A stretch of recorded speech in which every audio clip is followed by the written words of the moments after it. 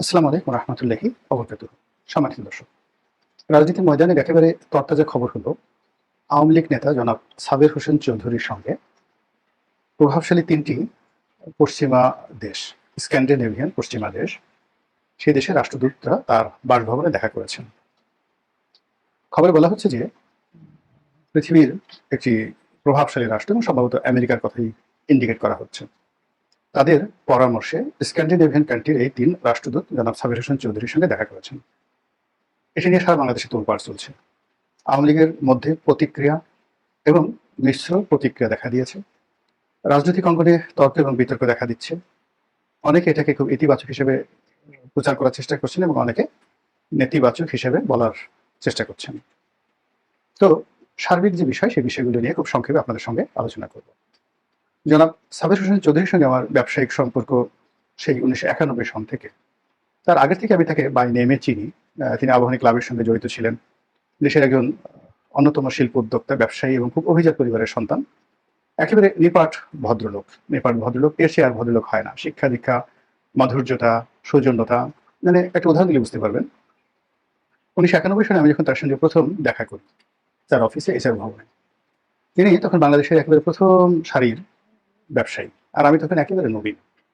তো উনি আমাকে অ্যাপয়েন্টমেন্ট দিলেন এবং যখন আমাকে রিসিভ করলেন এবং বৈঠক শেষে আবার আমাকে একেবারে লিফট পর্যন্ত এগিয়ে দিলেন। তো ওই সময় জনাব সাবের হোসেন চৌধুরীর সঙ্গে যদি আমার সামাজিক অর্থনৈতিক পার্থক্যের কথা আমি কল্পনা করি, তাহলে আপনি আমাকে এক যদি ধরেন, সাবের হোসেন চৌধুরীকে আপনি 100 স্তর উপরে ধরতে পারেন, এরকম একটি অবস্থা। অথবা মানে একেবারে বয়সে তরুণ, নতুন ব্যবসা শুরু করেছি, সাকল্যে আমার তখন 10 লাখ টাকারও চালান নেই, আর তখন তিনি ওই আমলে 91 সালে 1,000 কোটি টাকার মালিক। বোঝার চেষ্টা করুন। তো এই ছিল তাদের আর বিনয় এবং ভদ্রতা। পরবর্তীতে তিনি রাজনীতিতে আসলেন, ভালো করলেন, আওয়ামী লীগ সরকারের প্রথম দফায় মন্ত্রী হলেন।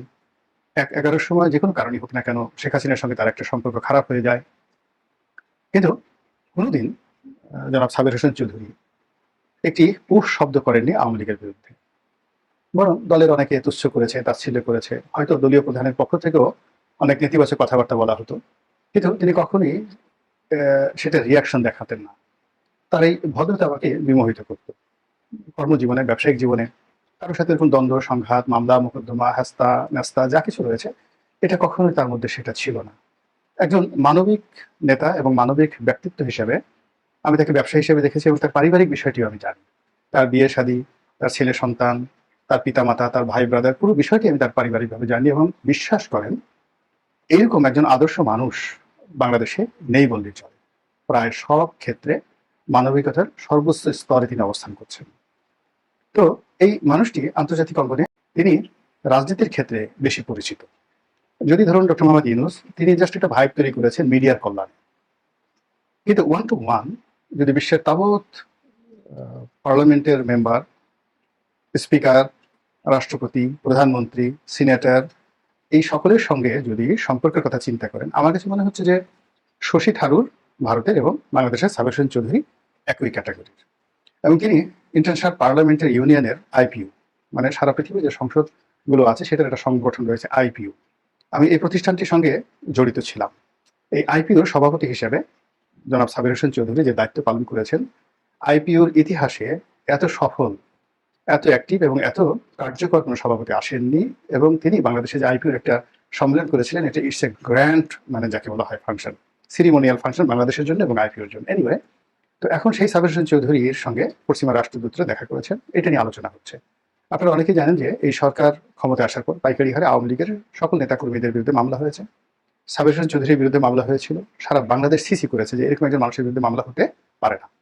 যাই হোক, তিনি জামিন পেয়েছেন এবং জামিন পেয়ে তিনি চুপচাপ। রাজনীতির এধারও নেই, ওধারও নেই। তার সঙ্গে আওয়ামী লীগের নেতাকর্মীদের যোগাযোগ আদৌ কি আছে কি বা নেই আমি জানি না। শেখ হাসিনার সঙ্গে তার এমন সম্পর্ক ছিল একটা সময় যখন তিনি সাংগঠনিক সম্পাদক ছিলেন, তার পলিটিক্যাল সেক্রেটারি ছিলেন, তখন শেখ হাসিনা আসলে সাবের হোসেন চৌধুরী ছাড়া কাউকে বুঝতেন না। কিন্তু একেবারে সময় এই সম্পর্কটা যে কোনো কারণেই নষ্ট হয়ে যায়। এখন এখানে সত্য কি আছে, মিথ্যা কি আছে, অনেক কিছুই, যেমন দেখা গেল মাহমুদুর রহমান মান্না। তো ওনার ধারণা, শেখ হাসিনার ধারণা যে মান্না সাহেব 11-র সঙ্গে জড়িত ছিলেন, কিন্তু আমি মান্না ভাইয়ের সঙ্গে খুব একান্ত আলোচনা করেছি এবং পরবর্তীতে ওনার সঙ্গে, মান্না ভাইয়ের সঙ্গে আমার যে সম্পর্ক, আমি জাস্টিফাই করার চেষ্টা করেছি আসলে এই ভদ্রলোক জড়িত ছিলেন কিনা। জিরো। মানে তিনি এখনো জানেন না যে শেখ হাসিনা কেন তাকে অপছন্দ করেন, ঠিক নাও মাহমুদুর রহমান মান্না। তো এরকম আসলে রাজনীতিতে অনেক সময় মারাত্মক ভুল হয়ে যায়, ভুল বোঝাবুঝি হয়। হয়তো সে কারণে সাবের হোসেন চৌধুরীর সঙ্গে শেখ হাসিনার যে দূরত্ব, এটা শেখ হাসিনা ভালো বলতে পারবেন, আর সাবের হোসেন চৌধুরী ভালো বলতে পারবেন। কিন্তু একেবারে শেখ হাসিনার শেষ জমানাতে তাকে মন্ত্রীর পদমর্যাদা দেওয়া হয়েছিল এবং জলবায়ু সংক্রান্ত যে মিনিস্ট্রি রয়েছে, এই মিনিস্ট্রির দায়িত্বপ্রাপ্ত ছিলেন, যেহেতু আন্তর্জাতিক অঙ্গনে দীর্ঘদিন ধরে তিনি এই জলবায়ু নিয়ে কাজকর্ম করছিলেন। তো সেই সাবের হোসেন চৌধুরীর সঙ্গে এই মুহূর্তে যে দেখা সাক্ষাৎ হচ্ছে, তার আগে সেই যখন আওয়ামী লীগের পতন হলো, তখন আরেকটা 111, আরেকটা 211 এই ধরনের কথাবার্তা হচ্ছিল, আরেকটা সংস্কার, আরেকটা 111, আরেকটা -2, এই কথাবার্তা হচ্ছিল 2024 সনের সামথিংয়ে। সবাই বলছিলেন যে একটি রিফাইন্ড আওয়ামী লীগ, পরিশুদ্ধ আওয়ামী লীগ গঠিত হবে এবং যার নেতৃত্বে থাকবেন সাবের হোসেন চৌধুরী, সেলিনা হায়াৎ আইভী, সাবেক রাষ্ট্রপতি আব্দুল হামিদ, এরকম নাম আসছিল। কিন্তু পরবর্তীতে আবার এগুলো সব ফিকে হয়ে যায়। রাষ্ট্রপতি আব্দুল হামিদ সাহেব অসুস্থ হয়ে পড়েন, সেলিনা হায়াৎ আইভী আর যাকে বলা হয় এগোয়নি। পরবর্তীতে আসিফ নজরুল সাহেব একবার বলেছিলেন যে রিকনসিলিয়েশন, অর্থাৎ আওয়ামী লীগের মতো একটা বৃহৎ শক্তিকে রাজনীতির বাইরে রাখা যাবে না। এই দলটিকে রিকনসিলিয়েশন করে বাংলাদেশের রাজনীতিতে একীভূত না করা পর্যন্ত রাজনীতির সমতা, সাম্যতা এবং ন্যায় বিচার নিশ্চিত হবে না। পরবর্তীতে যখন সাধারণ ক্ষমা ঘোষণা করতে গিয়ে জামাতের আমির মারাত্মক বিপদের মধ্যে পড়েছিলেন এবং পরে তিনিও সেখান থেকে সরে গিয়েছেন। এখন বাংলাদেশের মূল ব্যাপার হলো যে আওয়ামী লীগ এবং তার সঙ্গে অন্যান্য যারা আছেন 14 দলীয় জোট, তাদের যে সার্বিক ভোট, এটা বাংলাদেশের টোটাল ভোটের অর্ধেক, যারা এখন এই রাজনীতি থেকে সম্পূর্ণ আলাদা, প্রাণ নিয়ে দৌড়াচ্ছেন। দ্বিতীয়ত, তাদের হাতে যে অর্থনীতি রয়েছে, সেই অর্থনীতি দেশের টোটাল জিডিপির 60%, অর্থাৎ ভোট কম করে হলেও 50% আওয়ামী লীগ, ওয়ার্কার্স পার্টি, জাতীয় পার্টি, তারপরে আওয়ামী লীগের সমমনা যে সকল ইসলামিক দল আছে, যেমন হেফাজতে ইসলাম, তাবলিগ, যারা যারা আওয়ামী লীগপন্থী, সব মিলিয়ে কম করে হলেও 50% লোক আছে। আর এখন যারা আছেন ইলেকশনের জন্য চেষ্টা করছেন, তারা বাকি 50%। এখন এই 50%-এর মধ্যে যে কামড়াকামড়ি হচ্ছে, প্রতিযোগিতা হচ্ছে, বিষোদ্গার হচ্ছে, এর ফলে যে অনাসৃষ্টি এবং শূন্যতা তৈরি হচ্ছে, এই শূন্যতার মধ্যে কোনো অবস্থায় একটা ভালো নির্বাচন হওয়া সম্ভব নয়। আর এই মুহূর্তে আমাদের জাতির স্ট্যাবিলিটি বা যা কিছু, সবকিছুর জন্য আসলে একটা সুন্দর নির্বাচন, একটা গণতন্ত্র, এটা খুবই বেশি জরুরি। এছাড়া বিদেশি বিনিয়োগ, নতুন বিনিয়োগ, বাংলাদেশের কর্মসংস্থান, অর্থনীতির চাকা ঘোরা, সামাজিক সংহতি, এর কোনো কিছু সম্ভব নয়।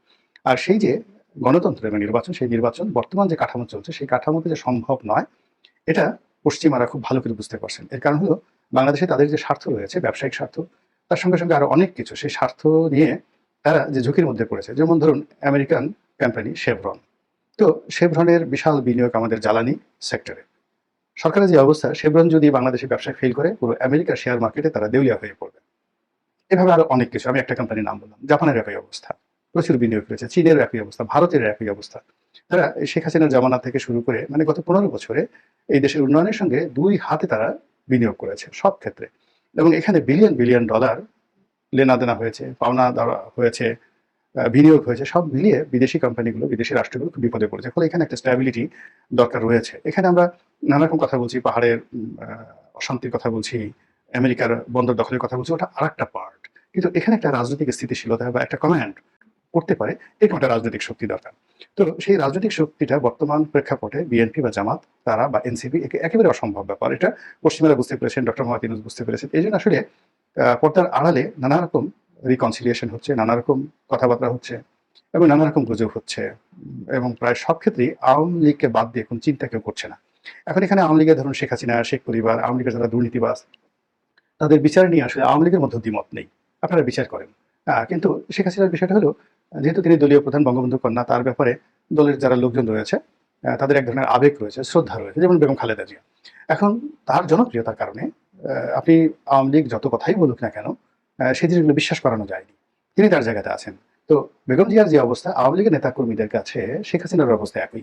ফলে এখানে এই বিষয়টি হ্যান্ডেল করতে হবে অত্যন্ত সতর্কতার সাথে, এবং ইচ্ছা করলে এই আমাদের কোর্টের যে বিচার, তারপর শেষে রায়, বিচার প্রক্রিয়া, এগুলো দিয়ে আওয়ামী লীগের যে মন মানসিকতা শেখ হাসিনার প্রতি, এটা এক বিন্দুও পরিবর্তন করা যাবে না। বরং শেখ হাসিনাকে নিয়ে যত নেতিবাচক প্রচারণা হবে, তত বেশি তার জনপ্রিয়তা বাড়বে। আমরা 11 সময় দুই নেত্রীর ক্ষেত্রে সেই ঘটনা দেখেছি। বঙ্গবন্ধুকে মাইনাস করার জন্য যখন তাকে গ্রেপ্তার করা হলো, তখন আমরা দেখেছি তার জনপ্রিয়তা বৃদ্ধি পেয়েছে। মানে এইভাবে যখনই কারোর প্রতি রাষ্ট্রশক্তি খুব নির্মম হয়ে যায়, তখন তাকে কেন্দ্র করে মানুষের জনপ্রিয়তা বাড়ে। তো এনিওয়ে, জনাব সাবির হোসেন চৌধুরীকে নিয়ে যে আলোচনা হচ্ছে, সেই আলোচনার প্রেক্ষাপট হলো যে তাকে কেন্দ্র করে কি নতুন একটা আওয়ামী লীগ গঠিত হচ্ছে, আওয়ামী লীগ অর্গানাইজ হচ্ছে, এটা কি ভালো হবে? তারপরে তিনি কি যাকে বলা হয় on behalf of Sheikh Hasina, তিনি এই আওয়ামী লীগ অর্গানাইজ করবেন, নাকি একাগারের মতো আবার উইদাউট শেখ হাসিনা তিনি এটা অর্গানাইজ করবেন, অথবা